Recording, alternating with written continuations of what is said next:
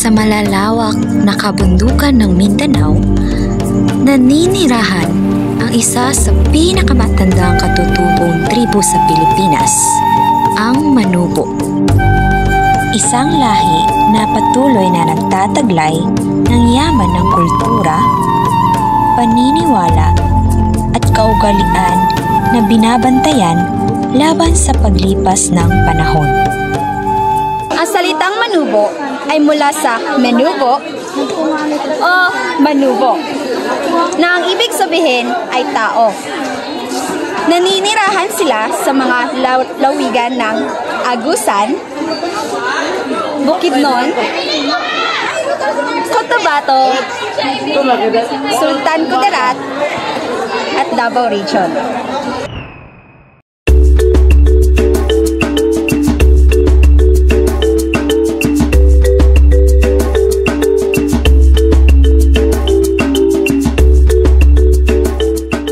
Sila ay may mga makukulay na habi, kwintas na gawa sa butil at buto, at sayaw na may kasamang musika ng kulintang at agong.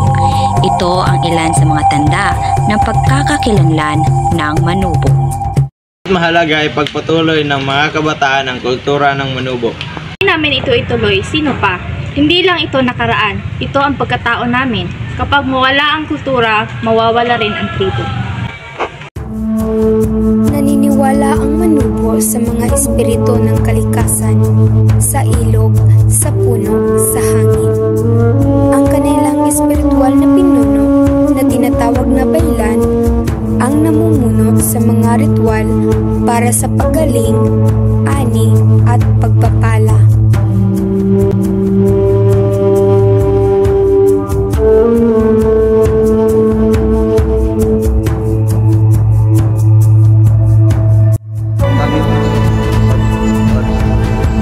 Bawiyo kay katusan so init alaw kay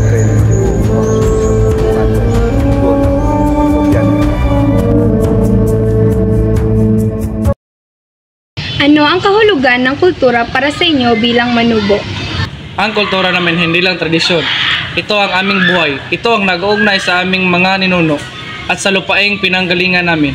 Ngayon, ating aalamin ang kanilang pangasong kagamitan. Ang mga katutubong kagamitan ng kanyang tribo. Ang pangaso o ang sibat ang pangunahin nilang ginagamit bilang pangdepensa kung may kaaway silang darating. Ginagamit din ito sa pangangaso sa gubat para mahuli at mapatay ang mga hayop na kanilang kakainin. Samantala, ang kampila naman at ang sang-i ay ang mga ipinagmamalaking kutsilyo ng mga katutubong Manobo. Ganun yung mga naituro ng mga kaninunuan namin na talagang hindi dapat alisin yung kultura natin.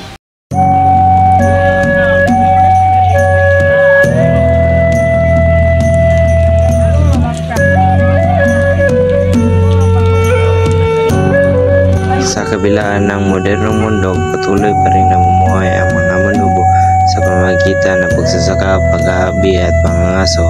Ngunit kasabay nito, hinaharap nila ang hamon ng pagbabago tulad ng pagkawala ng lupaing ninuno at paglimot sa kabataan sa wika at tradisyon.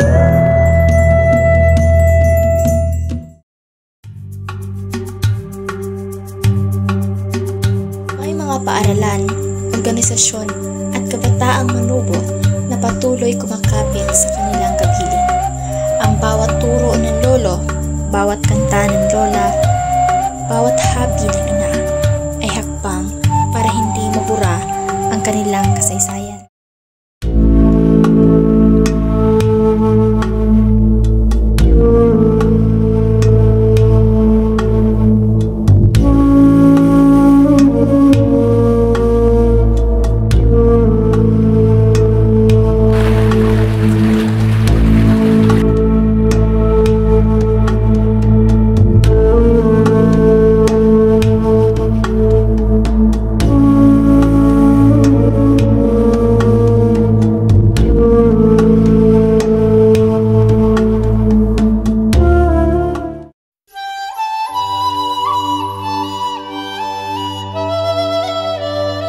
Ang Manobo ay hindi lamang tribo, sila ay buhay.